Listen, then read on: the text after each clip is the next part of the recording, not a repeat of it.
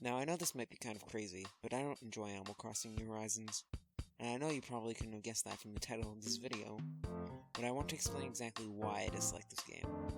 This game has been praised beyond belief, quickly topping almost every Switch game sales-wise in the course of 3 months or so. It took over most forms of social media, became a Game of the Year nominee, etc, etc. But look, I don't want to understand how crazy this game was. This single game helped tons of people stay sane over the course of a worldwide pandemic. Tons of people had tons of fun with the game. I get that. I did too. But man, does this game have problems. The game has some major issues, and I just want to let it all out. Don't agree with my opinions? I'm fine with that. If you don't respect them, might as well stop watching now. So let's begin, shall we?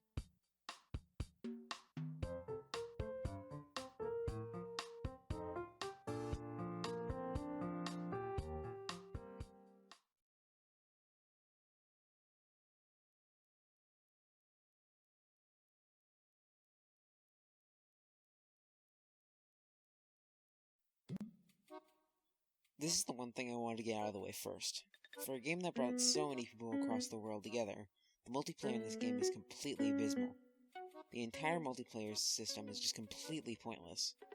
But let's start from the beginning. You have to wait a day after you start the game to get the ability to leave your island and go to a friend's island. And that is not that bad, and I can understand that. The game developers don't want you to leave, they want you to interact with all the villagers and build up the town. When I first got the ability to go to someone else's island the next day, I wasn't expecting how awful it was. Let me elaborate.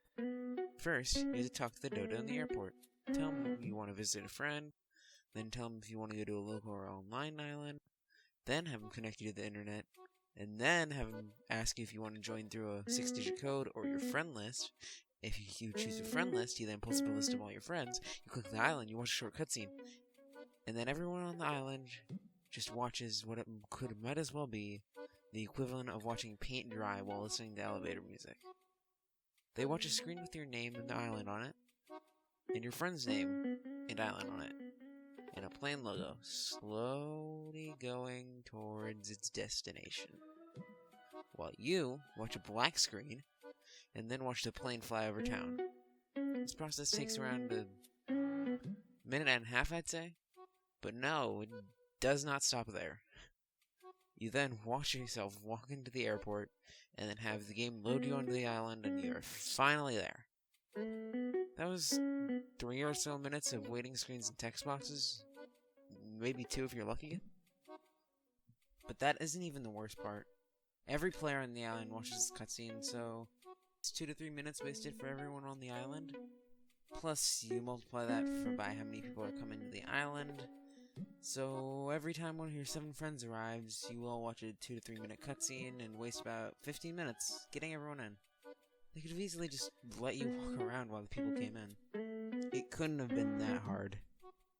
But it's a bit worse than that. Do you remember that bad online service we paid for from Nintendo? Yeah, well, if the host disconnects, you have to do this all over again. But you might say, at least it's fun being with your friends on their islands, right? The short answer is, well, no. There's absolutely nothing for you to do on these islands except show your friends what you have built, maybe catch some bugs and fish, socialize, and that's about it. You can't even place items when you have friends over. The previous Animal Crossing game, New Leaf, had Tortimer's Island. It had stuff to actually do, and a lot of it was actually fun.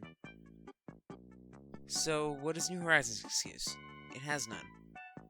Well, anyways, an update recently added the ability to visit friends' islands through sleeping in your bed, a returning feature from New Leaf.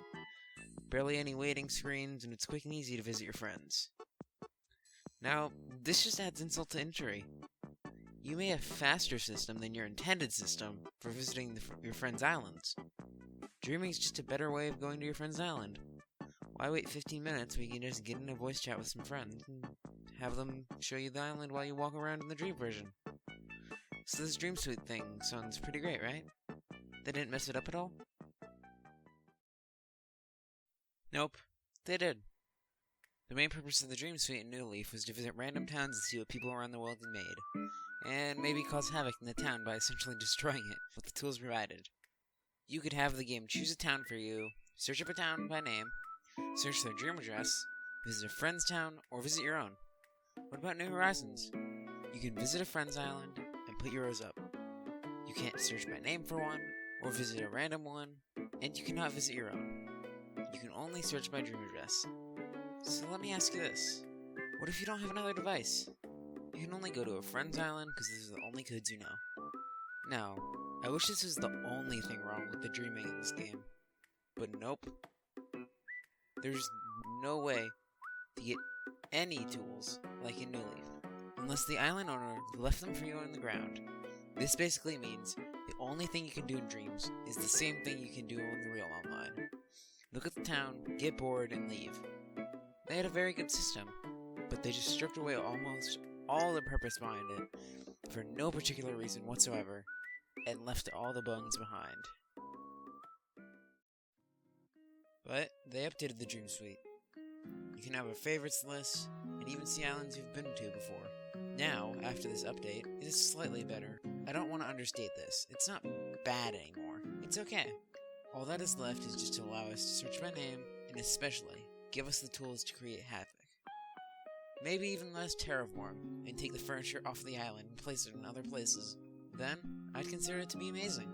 But why wasn't it like this at the release of the update putting it in the game? Even more, why wasn't it in the game to begin with?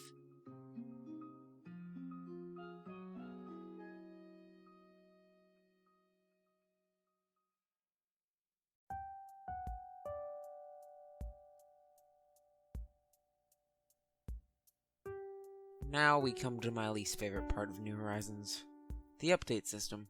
I can imagine the people who made this game talking about the update system. Hey, we are going to put in this update system where we add more to the game over time. Alright, that sounds nice. How are we going to do it? Well, we are going to update the game with holidays, so those filthy time travelers still have to wait until the holiday in real life to experience it. Alright, that is fine. It is more special if they can experience it only when we want to. What else will we put in these updates? Oh, we didn't think about that. I have an idea. Let's take out most of the features from the older games, and put those in the updates because we can't think of anything. But shouldn't we try something new? Okay, add pumpkins. That is it though. We don't want to be that creative. See what I mean? The update system, it works perfectly fine on its own. The team who made this also made Splatoon 1 and 2, and those games did the exact same thing. So, what's the difference? Well, Splatoon 1 and 2? Well, those were complete games or release. Splatoon 2 had all the old stuff from Splatoon 1, and more. Also, those games are designed to have updates with more new content to keep people playing. New Horizons removed tons of old things, and then promised to put them back in the game as, quote-unquote, new content in updates. But that isn't how it should work. If you're gonna add content, make it new. That isn't the flaw of the updates. There's one fact that all these pieces of evidence point towards. New Horizons was just released way too early. Trying to imagine this game releasing on its original release date it's pretty much impossible for me. If this game was even delayed 6 months, I don't think I'd be making this. But what we got at launch was the bones of an Animal Crossing. Nothing more, nothing less. And I can think of something that represents this very well. Back when I played New Leaf in City Folk, I would always decorate my house with furniture sets. In City Folk, I had robo furniture on the main floor, classical on floor 2, junk in the basement, and then later change all the rooms to modern and kiddie furniture. In New Leaf, I had ice furniture in the main room, classical on the second floor, balloon in the basement, which slowly just turned into a place where I stored mannequins and just became sort of a storage room. Kitty in the room on the left, and the other 2 rooms is where I just got creative and used other items that I found. Now, what about New Horizons? Well, I have a living room, and it has stuff you would find in a living room. I've got an egg room to relieve my awful memories of Egg Day. And I got 2 empty rooms I have no idea what to do with. And what about the second floor in the basement? I put a bunch of random furniture from my storage in there to get the Nook Miles achievement for placing a bunch of furniture. Why didn't I just do what I usually did with my house in past games, you might ask? Why couldn't I think of anything for any other rooms except the main one? I'll tell you why. Because none of the furniture exists in New Horizons. In fact, Almost every furniture set has been eradicated from existence. Kitty? It's gone. Modern? Forget about it. Cabana? What's that? Probably like 90% of all furniture in the old games is just gone now? And why? Did they remove them to put them back in a new update? Were they lazy and didn't want to make new assets for old furniture? Or perhaps they didn't have time to make them all and just decided to remove them instead because they had to. All 3 points just lead back to my argument that this game was just released way too early. Want to know another game that released too early? Pokemon Sword and Shield. The game is criticized for not having a national Pokédex, as well as many other things such as reused assets, poor design, lackluster environments, poor assets, and the list goes on and on. These 2 games only have one difference in the grand scheme of things. New Horizons is sold like crazy, and most of the negative feedback and constructive criticism people have with the game has been mostly drowned out with huge sales numbers. Sword and Shield sold a lot, but still sold less. But a lot of the community was a lot more vocal about how this is not the direction they wanted the series to go. So hopefully the Pokemon community will be happy with the next game in the series. But this isn't something new that Nintendo has been doing with their games. In fact, they've been doing it ever since Kirby Star Allies and Mario Tennis Aces on the Switch. I'd like to focus on Star Allies for now. Star Allies was short, overly easy, and it had a lack of a lot of content at its release. But over the course of a year, we got more content piling up until they made the game way better than it was at release. They released a half-full game at launch, and added the rest later.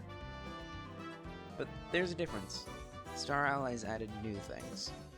New Horizons, well, all it's really been so far is just a few old features and holidays. The only thing I would classify as new would be just pumpkins. Maybe I could count their skin colors and hairstyles, but in terms of new content, the game just lacks. I would have never expected the series to go in a downward direction with new content at all. It's been going up in quality every single game, with tons of new things every game, and it took a spike up with New Leaf. It's quite strange for this spike to suddenly drop.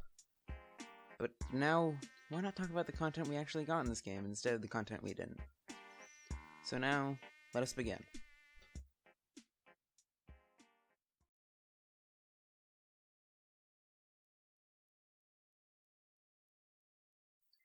Villagers are what make Animal Crossing, well, Animal Crossing. And it's kind of a shame that they kind of suck in this game.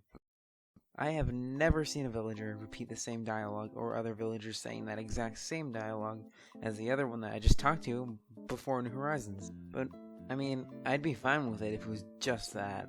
But it's not. How about the dialogue itself? Well, it's bland. Very bland. Most of the stuff the villagers say is just, I saw blank here. The blank looks nice. Or, the weather is nice. All the dialogue is just really repetitive. This is also very apparent when you try to talk to a villager when they're making a DIY recipe, as all the dialogue is almost exactly the same. But don't worry, the villagers we all know and love, they have become nothing more than furniture. Accessories for your island to brag about to your friends. And this is why people don't love every villager anymore in the game. The only ones that matter are the ones that look good and are cute. That's why people spend tons of time going to island, finding Raymond or Bob or whatever villager. I do want to touch on another thing, though. Boone was one of my favorite villagers in my town in New Leaf. When I got him in this game, I despised him. His dialogue became so grating, I just waited every day to kick him out of my town. One of my favorite villagers? I wanted to get rid of him, and that's how bad the villagers are in this game. But you know, at least the special characters still exist, right? You know, Chip, Belly, Pete, Dr. Shrunk, Kix, Gracie, many more? Nope. They were wiped from existence. Pelly and Phyllis have been replaced by a postcard stand. Pete just doesn't exist, so don't worry about how your mail gets to your houses, because it just does. Dr. Shrunk has been replaced by just boring dialogue from villagers. Gracie doesn't seem to exist either. Captain doesn't exist, as well as his entire family. And even Harriet doesn't exist. What about Chip and Nat? Those two guys who ran the fishing tourney in Bug Off? Well, one has been replaced by an annoying representation of a Twitch streamer. And, another one has been replaced by... One second, let me search this up. A chameleon named Flick. Flick is pretty alright.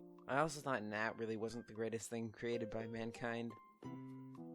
But man, They failed hard with the characters in this game. I mean, at least Tom Nook and Isabelle are still here. Speaking of those two are at least handled well, and Nook, especially, is still my favorite character in Animal Crossing. Another thing I want to mention is how they removed most of the special things that the villagers ask you to do, like, deliver this package to blank, or do you want to play hide and seek? Also, I know people might enjoy this, but why can your villagers never move away unless you say they can? Again, this just dehumanizes them further, and turns them further into just furniture because you can just choose when to kick them out or not. But you might say that you could do that in other games, but at least they can actually consciously decide to leave in those games. I've had many occurrences where villagers just left with no signal whatsoever. It just made me sad, but I could still see them on the main street. Could always make new friends with the next guy who came to town, and eventually I'd just be fine with it. They were out there doing something better. They were actually sentient animals. In this game, they'll do nothing unless you tell them to, and will gladly move their house or move away when you tell them to. How could they fix this huge mess? Well, delay the game. Use that time to create more villager dialogue and make them more unique. And make all the personalities actually feel different again. Make cranky villagers, well, cranky again.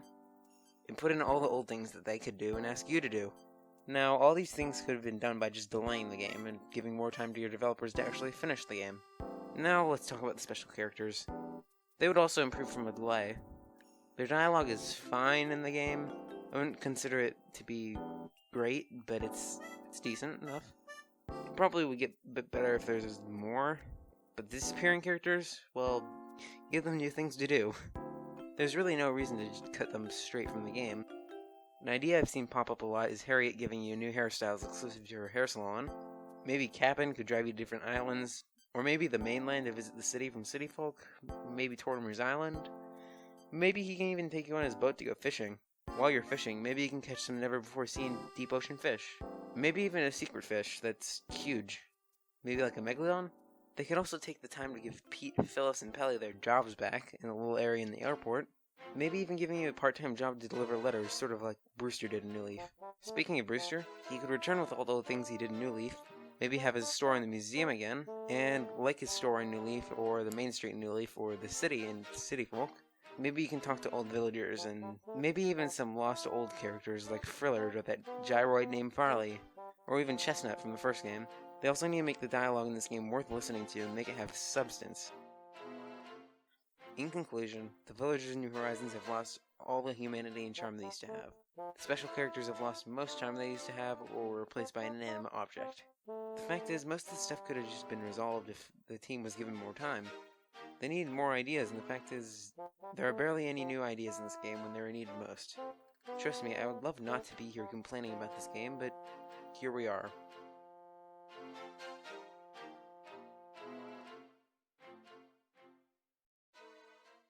As you can probably guess, this part's about the economy in the game.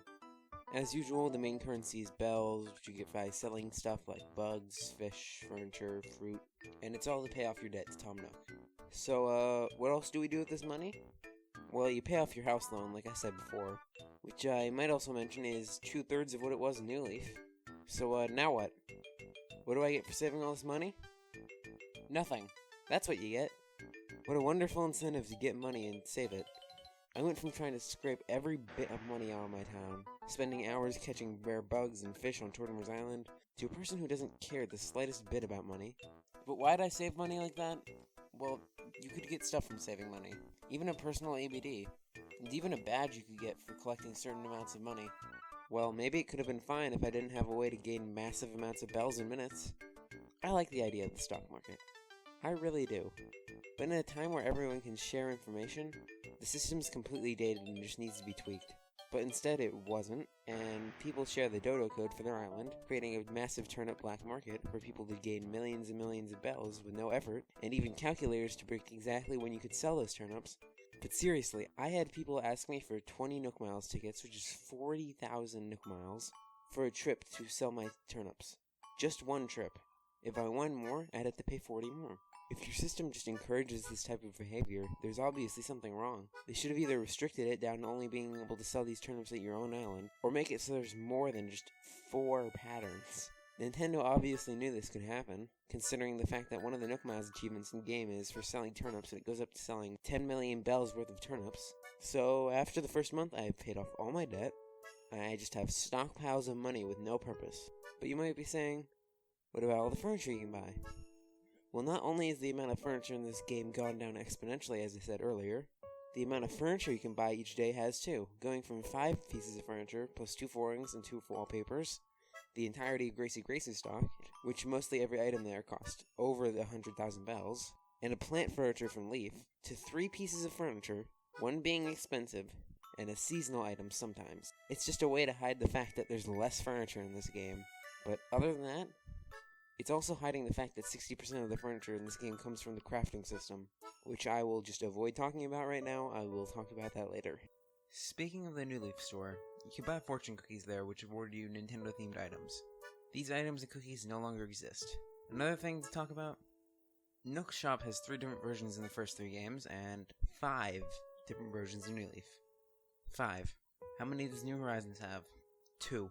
The only real requirement is to play the game for 30 days, and before you say it, yes, I know there's another requirement, but it's way too easy to do to even call a requirement. You have to buy and sell 200,000 bells in the shop.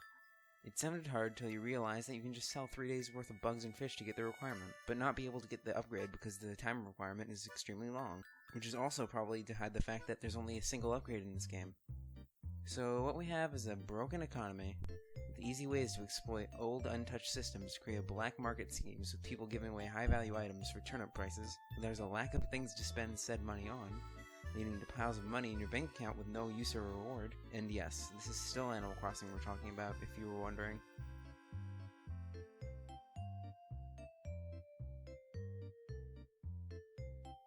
In this overly long section, I will be talking about a few things. First, the Nook Miles system. Second, the start of the game. Third, the crafting customization systems.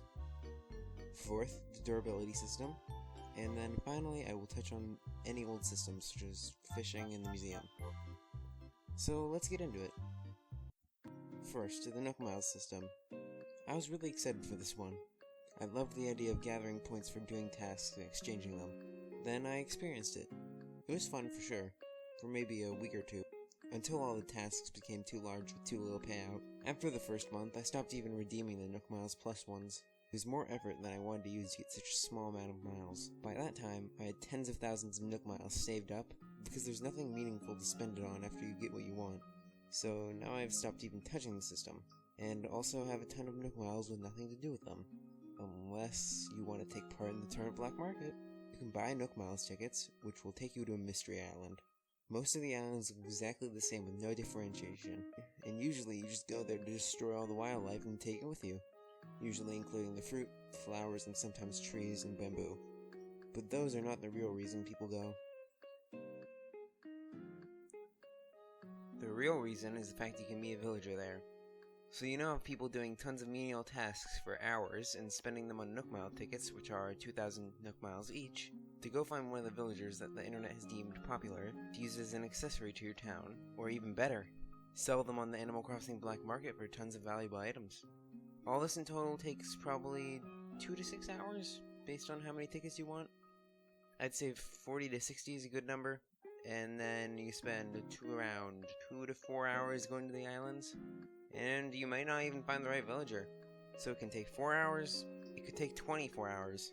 This isn't your everyday Animal Crossing requires patience grind. This is a grind from a Russian mobile game that probably steals your information, but you don't know for sure. Now let's look at the start of the game. You can only access 1/3 of the island until Blathers comes in. That can take as long as 1 day, or 30. Depends how long it takes you to give Tom Nook a few critters.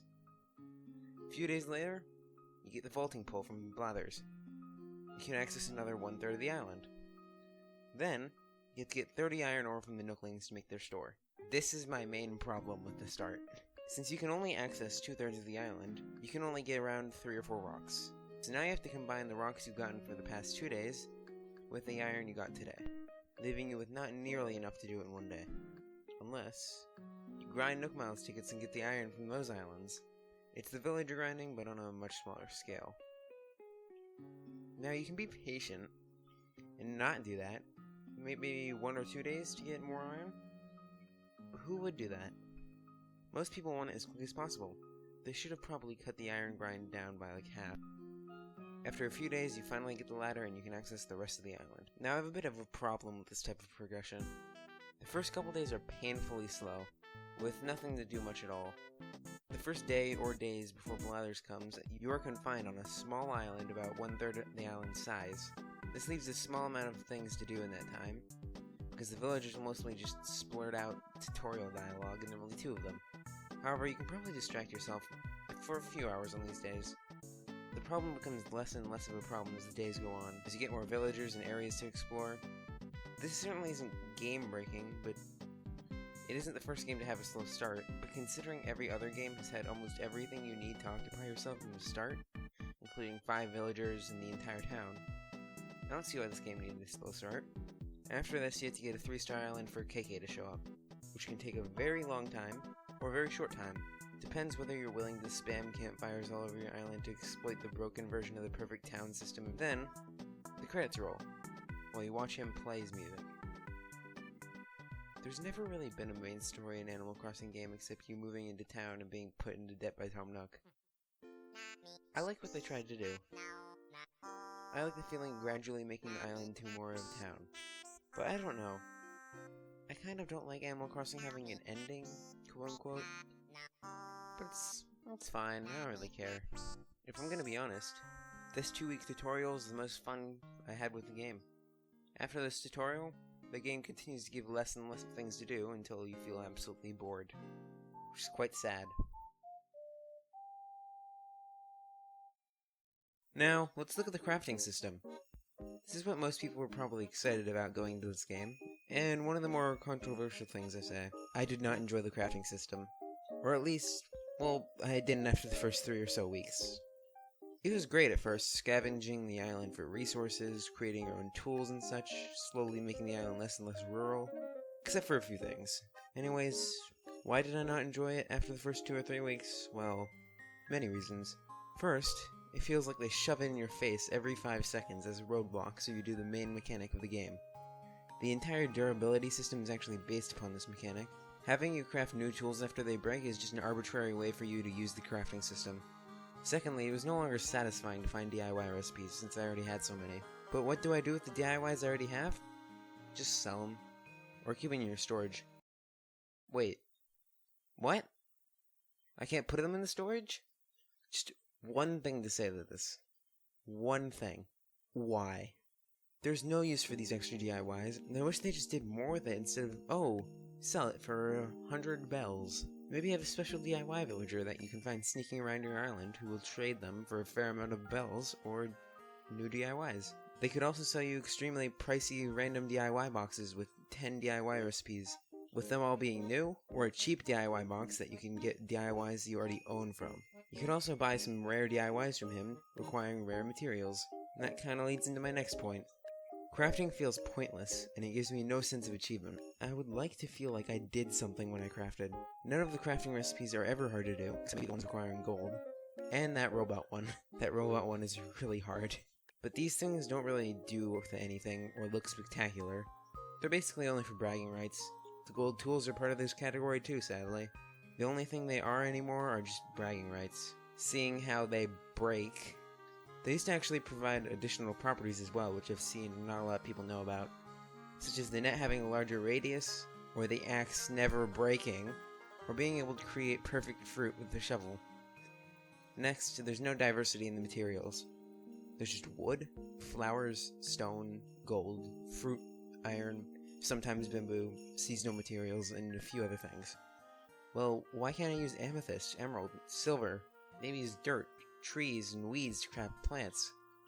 Or maybe be able to get sand or find it into glass, allowing you to make glasses and other glass objects. Why can't we have more materials than just the basics? This leads into yet another point. Why can't I make more stuff? Why can't I make a TV out of rusted parts, iron, and glass? I get everything not being craftable, but so many things that could be craftable just aren't. The selection of the DIY recipes you can choose from is just pitiful. Now, these are 2 I see a lot. Why can't I craft multiple things at once? And why do I need stuff in my inventory to craft instead of just linking the crafting to your home storage? Both of these just encourage time waste and inventory clutter. I can't count how many times I had random junk all in my pockets because I wanted to craft. I'm going to link this up with the bulk crafting part, but man, the fishing in New Horizons really stinks. I used to love fishing in Animal Crossing, it was probably my favorite part, but now after New Horizons, I just despise it. What used to be fun has lost all meaning to me. I remember seeing there was a thunderstorm one day in New Leaf, running to the ocean and catching myself a coelacanth after an hour or two of searching. I was having fun finding the rarest fish in the game. New Horizons? I caught 3 in a row on a normal rainy day when I wasn't even looking for one. I can understand changing the fish to all rainy days, not just thunderstorms, but raising the catch rate like that made the rarest fish lose all its meaning. It's pretty common now that someone would just randomly find one. If this is a move to make the game easier to play without searching up how to catch a coelacanth, why did they make so many other fish into the new coelacanths? This is where the bulk crafting comes in. The all-new fish bait system was made to make fish easier to catch, but the system is completely flawed in every single way. You have to dig up clams to make the bait, which do not stack in your inventory and can take up to 30 minutes to fill your inventory with. Then, you can craft them and sit through the same animation 40 times, and repeat that process to get a huge amount of fish bait to catch a stringfish. So, you have wasted 30 minutes of your time to 2 hours of your time crafting and getting clams. Now what?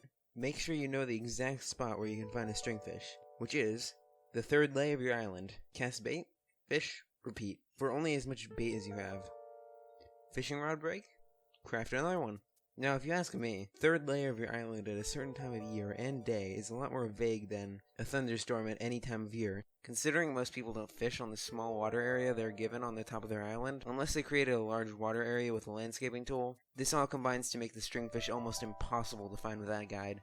Same goes for mahi-mahi, tuna, blue marlin, and the great trevally, which are all only on the dock of your island and have extremely low drop rates. I probably spent 10 to 12 hours alone catching these fish, combining all the clam hunting, crafting, and fishing.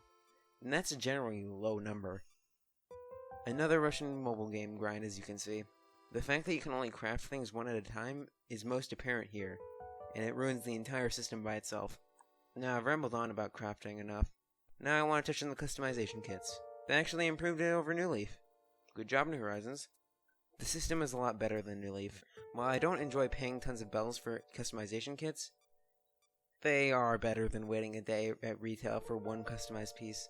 The amount of patterns you can put on some things is crazy. I really like the new designs for most of the furniture, but here's where I get to my one problem. You can only customize crafted furniture.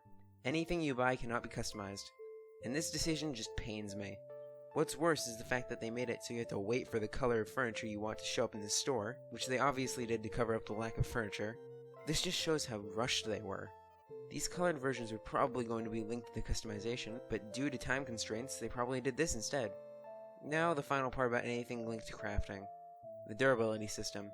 I think everyone here can agree? It's absolutely awful.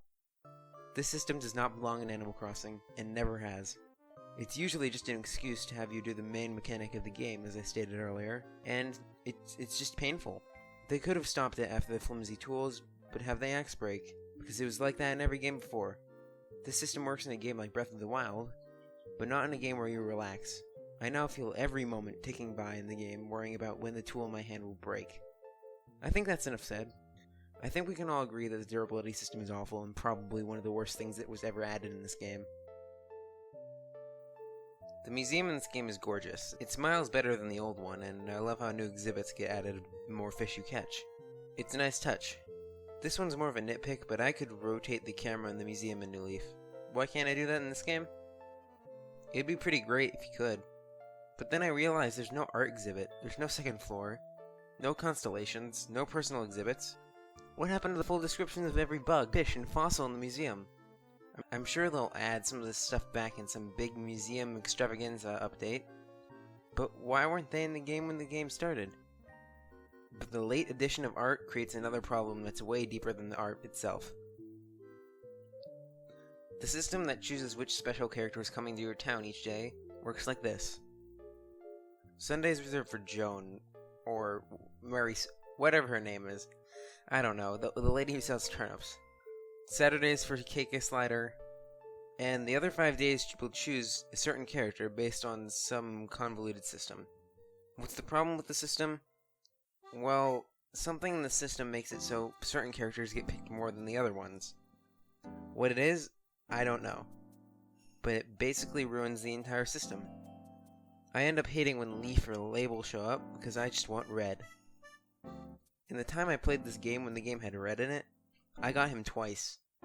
Just twice. And I think that was in 2 months. I'm sure the chance to get him has gone down recently since the new Gullivar takes his spot too. They'll surely add more characters which will take up more spots, making art even harder to get. So if you don't time travel, have fun finishing the museum in 4 years or just wishing for amazing luck. The final thing I want to talk about in this long and overly critical section is how I really don't like how they handled the fish turning the bug off. It used to be this event that gave the length of fish meaning, and you had to get a bigger fish than everyone else. The villagers would catch up to you all throughout the day, so you would have to check on the scores every so often. When you won, you got a trophy. In New Horizons, it works like this. Alright. You have 3 minutes to catch as many bugs and fish as possible, all for 500 bells. So you get 1 point for each bug and fish, and 2 extra points for getting 3 more fish. You can exchange 10 points for a random item, and you have to get 100 points for a bronze trophy, 200 for a silver, 300 for a gold. Getting 100 points is probably going to take people usually around an hour or so. So 3 hours of catching bugs, probably more for fish, considering you have to wait for them to bite and line up your shots. Now, riddle me this. Who would ever want to do this again after they got all the items? Who would waste 3+ hours every 2 months or so for doing this thing with no reward after the first time?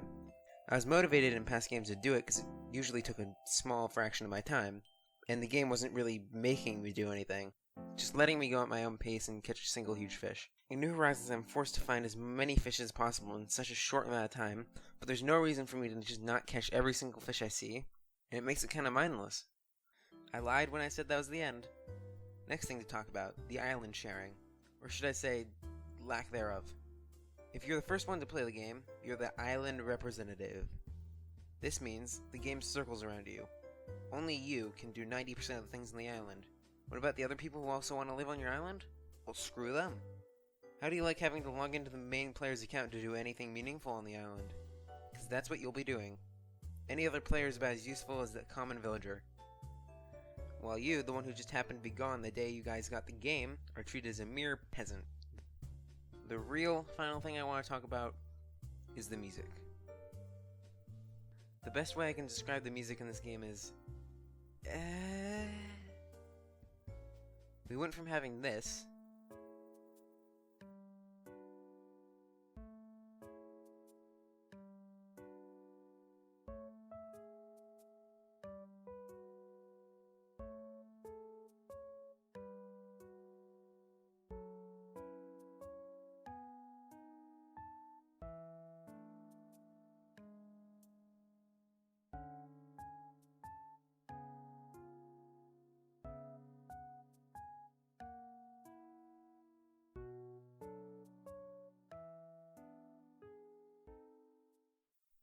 to this.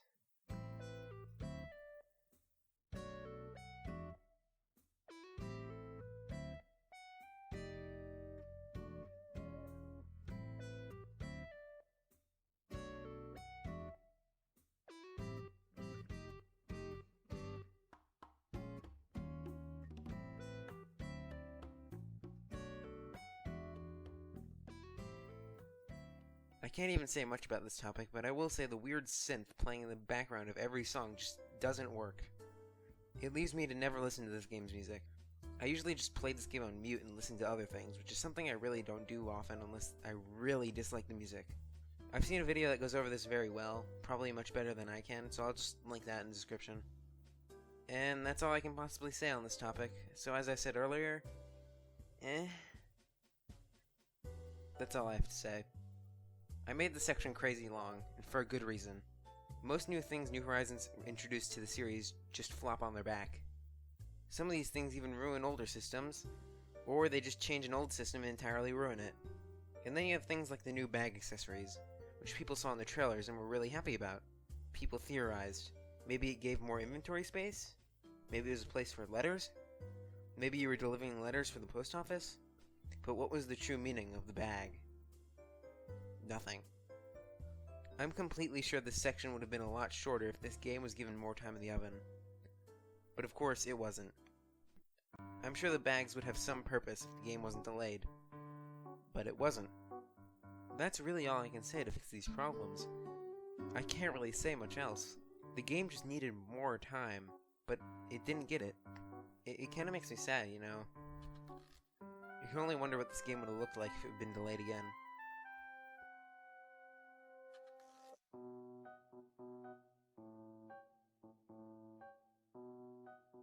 I thought these two things deserved their own section, for as game-changing as they were. The island designer and all the island customization features, and everything on the phone. First, let's talk about the island designer. I'm very split on it. On one hand, I love to be able to have reality be whatever I want, and on the other hand, I feel like it turns Animal Crossing into something it shouldn't be. Now, when this was revealed, people were obviously really excited. This was crazy to see in Animal Crossing. You were never able to alter your town in such a drastic way in any game before. But when I got the game, played the game enough to unlock the island designer, I used it for a week to design my island, and then I never used it again unless I had some small project I wanted. The thing is, everything that gave me any fun was using the island designer. I was constantly trying to find new things to make. The game became a full designer simulator. It was no longer the Animal Crossing I loved and remembered so fondly. It had become Animal Crossing Happy Home Designer cranked up by 100, mushed together with the bones of an Animal Crossing game. I just want to make this clear. I do not hate the island designer. It's really fun to make your own island yours. I'd probably have no problems with the island designer if the core Animal Crossing game was there, but I don't think I need to say it again. It wasn't. I wish that was my only problem with the system, just it being so different, but it kind of wasn't. It takes really long to do anything with the creative tools.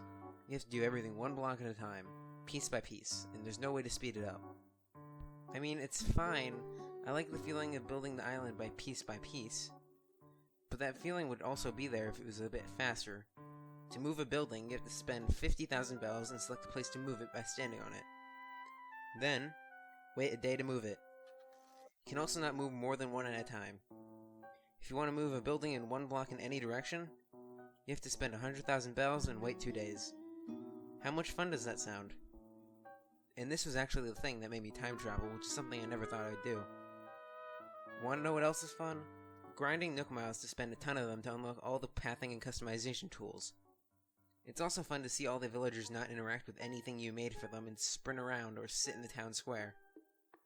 Now, I'm done being negative about this. This game has brought the creativity out in so many people.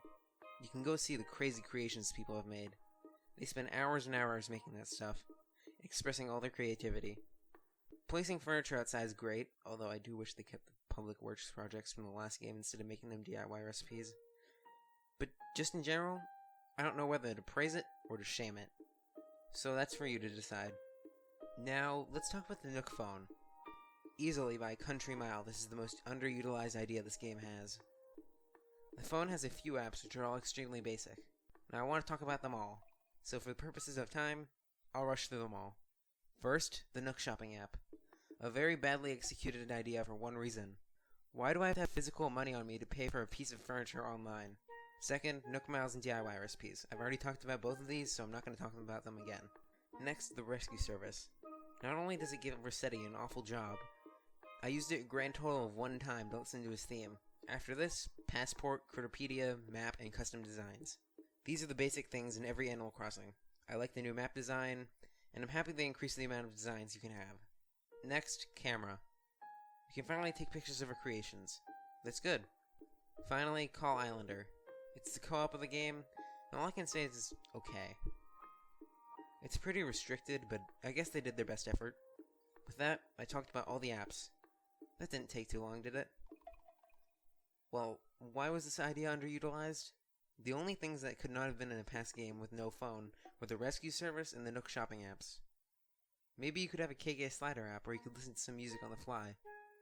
An app to talk to villagers to find out where they are, maybe even schedule meetings with the villagers. Maybe you could play some micro games like the Puzzle League from New Leaf or the NES games from the first game. Maybe if they added more, they could make them Nook Miles rewards. Maybe a social media app for the villagers to put random stuff on, like a bulletin board just for them. You could make appointments for the special characters to come to your town, making them come the very next day. And all of that was just off the top of my head. If I was given more time, I could probably think of a lot more ideas. But I'm sure the developers did as well. Why aren't they in the game? Well, again, I feel like they were rushed.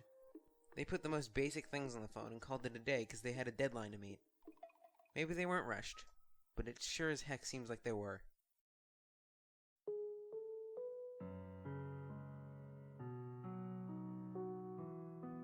Over the course of this video, I've questioned, criticized, and torn apart this one game where a human living in a world of animals tries to buy a house.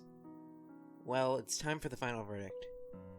Animal Crossing New Horizons is a disappointing game that boggles my mind.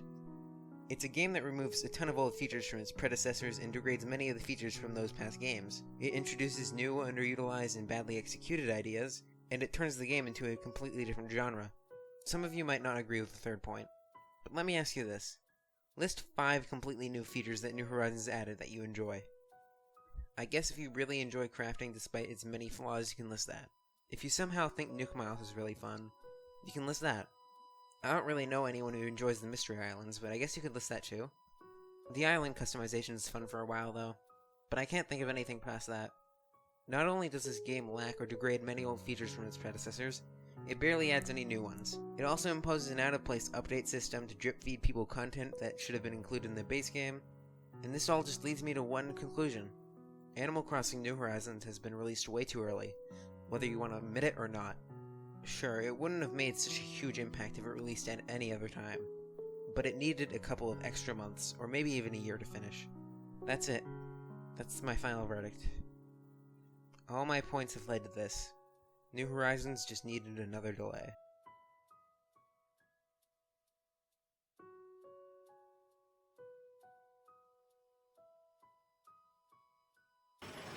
Wait, what? This could explain everything. The missing features, the rushed game, the lackluster updates.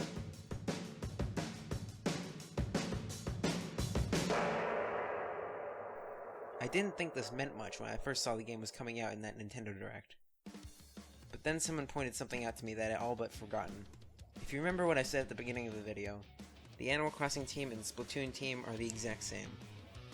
And let's say what if some executives at Nintendo wanted 2 different games, a new Splatoon and a new Animal Crossing. Then, Nintendo told them they had to release both games at a set time. The team then proceeded to rush through New Horizons. Then, they'd patch in the missing pieces with updates. And after all that, they go work on Splatoon 3. Keep in mind this is just pure speculation, but the future does not look bright for New Horizons. If the team's gonna work on Splatoon 3, how long will they even update New Horizons for? Guess we'll see eventually.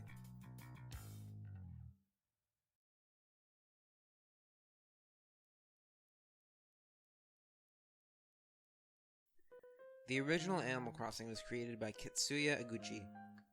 He created it based on his experiences as a 21-year-old moving away from all of his friends and family to a new town to work for Nintendo. As he said, Animal Crossing features 3 themes: family, friendship, and community. But the reason I wanted to investigate them was the result being so lonely when I arrived in Kyoto. Chiba is east of Tokyo, and quite a distance from Kyoto. And when I moved there, I left my family and friends behind. In doing so, I realized that being close to them, being able to spend time with them, talk to them, play with them, was such a great, important thing. I wondered for a long time if there would be a way to recreate such feeling, and that was the impetus behind the original Animal Crossing. Those were the beginnings of Animal Crossing. He succeeded in every area of creating the first Animal Crossing. It's such a shame that the most recent game feels the most empty of them all. But I want to get something clear about this game. I'm genuinely worried about the direction Animal Crossing is heading. By buying these games, we're telling Nintendo that it's perfectly fine to do these things. Heck, they definitely think this was probably one of their best games yet based on the Switch sales charts. With how bad Nintendo was last year, how scummy they were, I don't see it changing anytime soon. I wish I could go back to when they weren't a corporate company but a friend. But alas, I do not have a time machine, so therefore I cannot. I'm not saying to never buy a Nintendo game again. I'm just saying, think before you buy. Well, this is the end of my overly long critique of Animal Crossing New Horizons. Again, by no means do I hate this game. I just have way too many problems with it to call it good. I'm sorry if I made this video too negative, but I tend to write how I feel. Anyways, I thank everyone for watching this far, and if you skipped the end, go back and watch the rest of it. But anyways, that's the end. Thank you.